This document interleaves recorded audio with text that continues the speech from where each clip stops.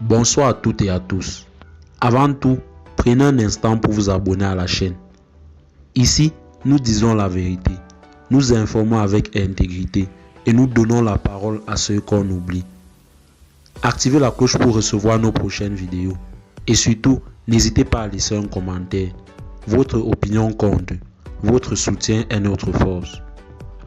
Aujourd'hui, le temps change. Aujourd'hui, il faut être clair. La situation s'aggrave au Mali et personne ne peut dire le contraire.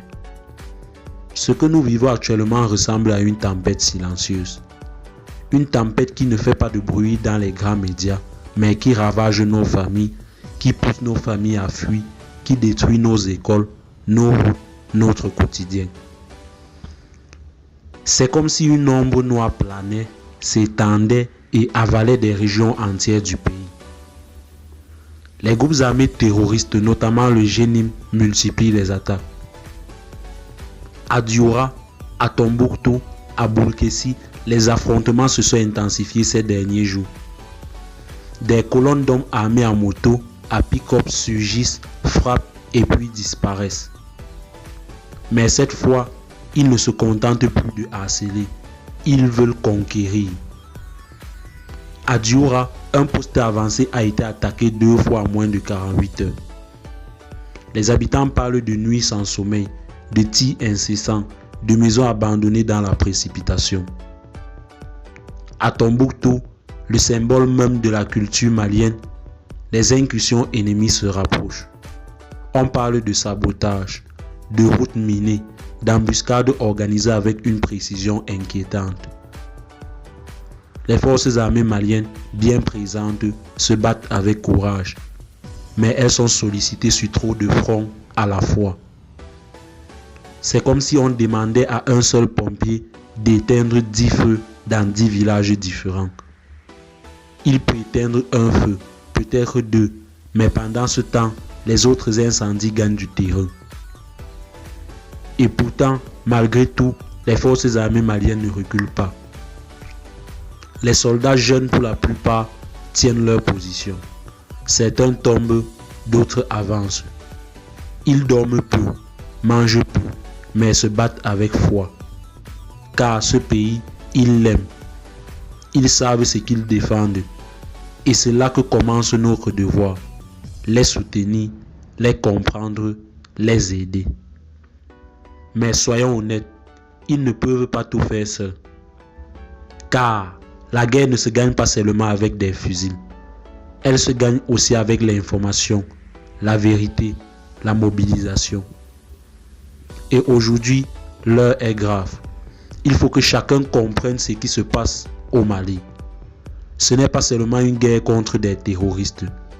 C'est une guerre pour l'existence même de notre nation. Les ennemis veulent que le centre du Mali devienne un no man's land. Une zone où la loi est celle des armes. Une zone où la République n'existe plus. Et ils y arrivent village après village en instaurant la peur. La peur est leur arme principale. Mais face à eux, il y a une armée, il y a un peuple, il y a nous. Ce soir, pendant que vous regardez cette vidéo, des soldats patrouillent dans la brousse. Des mères prient pour leurs enfants. Des chefs de village cachent des familles.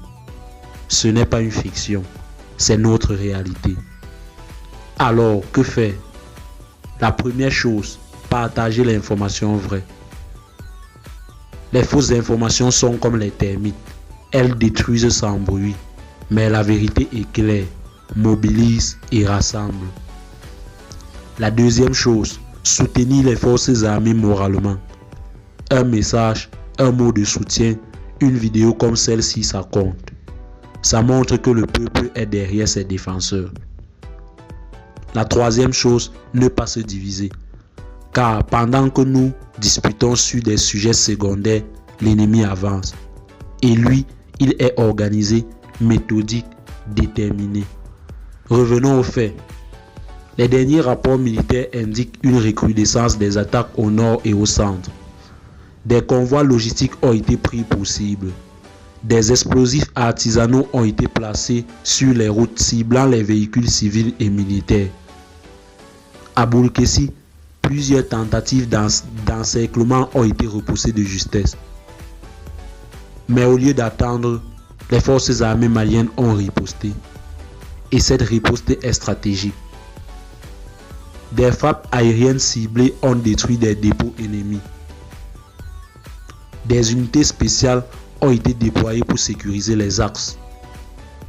Et surtout, le renseignement local est de plus en plus efficace. Mais cela ne suffit pas encore à inverser totalement la tendance, car le mal est profond. Il a pris racine, il s'est étendu, et il faudra du temps, de la volonté et une cohésion totale pour en venir à bout. Vous savez, le Mali aujourd'hui, c'est un arbre que l'on veut déraciner. On l'attaque par les racines, par les feuilles, par l'écorce. Mais cet arbre, s'il est soutenu par ses racines les plus profondes, c'est-à-dire vous, moi, le peuple, il ne tombera pas. Alors oui, la situation s'aggrave, mais ce n'est pas une fatalité. C'est un appel à l'action, un appel à rester debout, à être lucide et surtout à ne pas baisser les bras. Si vous êtes encore là à cette minute de la vidéo, je vous remercie sincèrement.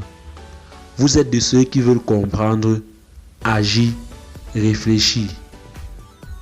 Et pour cela, je vous invite à vous abonner à la chaîne, à activer la cloche de notification et à partager cette vidéo autour de vous.